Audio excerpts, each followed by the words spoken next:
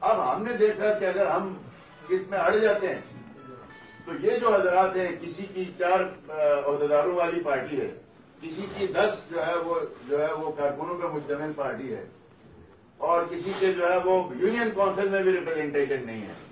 اور یہ سارے الیکشن میں جو ہے مسلم لیگ ان سے پٹ چکے ہیں سارے اپنی اپنی جگہوں میں، اور اگر ہم ان پہ اگر ہم مزید وہ کرتے تو ایک خدشہ یہ تھا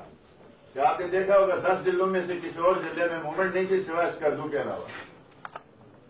اور ہمیں یہ خدشہ پیدا ہوا کیونکہ اسکردو میں ایک کمیونٹی جو ہے وہ بھاری تعداد میں ہے، اس کا جلوس گلگت میں آتا ہے، اور پھر دوسری کمیونٹی جو ہے وہ اگر اس کو ریئیکٹ کرتی ہے تو خدا نخواستہ ایک فرقہ وارانہ مسئلہ پیدا ہوگا، اور اس کو ہم نے ہانپتے ہوئے پہلے تو ان کو فیسیلیٹیٹ کیا، کہیں ان کو روکا نہیں، 10 دن سے دھرنے دیے، جلسے دیے، ایک بندہ ہم نے اریسٹ نہیں کیا، کہیں ان کو تھریٹ نہیں کیا۔ مختصر یہ کہ یہ وجوہات تھی جس کے لیے ہم نے چھوٹا سا ایک کمیٹی جو بنی ان سے انگیج کیا گیا، ان کے ساتھ بات چیت کی گئی۔ اس بات چیت میں ہمارے ذہن میں یہ تھا کہ بدامنی سے ہم بچیں، کسی بڑے انتشار سے بچیں، سی پیک کا یہاں پہ کسی نے کسی ذریعے سے پیسے بھی وہاں پہنچ رہے ہیں، ہم انویسٹیگیٹ کر رہے ہیں، کچھ پیسے اسلام آباد سے پچھلے دنوں منتقل ہوئے وہاں پہ، اب یہ ہم ڈھونڈ رہے ہیں ہماری ایجنسیز کی وہ کون سے لوگ ہیں جنہوں نے یہ پیسے دیے، کیسے ہو سکتا ہے؟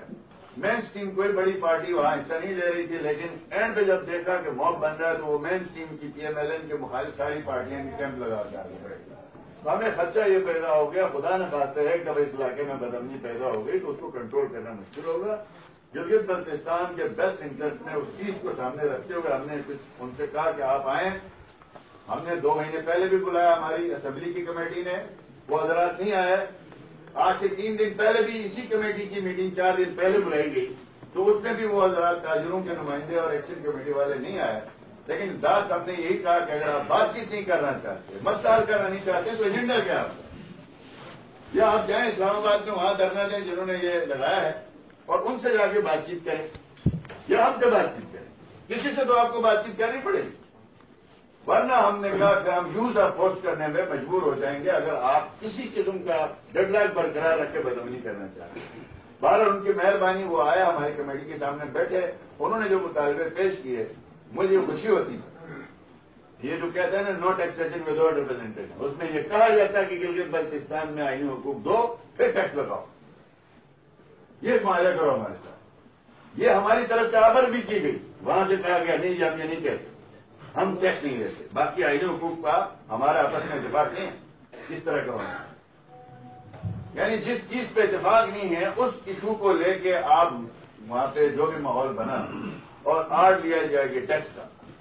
ہم آج بھی کہتے ہیں گلگت بلتستان کے عوام کو الحمدللہ اسپیشل انسینٹیوز مل رہے ہیں، اسپیشل پیکیجز مل رہے ہیں، وہ الگ بات ہے کہ ہماری مین اسٹریم میں ریپرزنٹیشن کا ایشو آج بھی حل طلب ہے۔ تو ہم نے یہ جو معاہدہ کیا اس میں آپ کو ساتھ نے یہ پڑھا ہوگا، اس میں ایک یہ ہے کہ یہ جو ایڈاپٹیشن ایکٹ 2012 کے نتیجے میں جو بھی ٹیکس آیا ہے اس کو بالفور ختم کیا جائے گا، جی بی کونسل جو ہے وہ اسمبلی کی پارلیمانی کمیٹی سے مشاورہ کر کے ایک نیا ایکٹ جو ہے وہ لایا جائے گا جس میں گلگت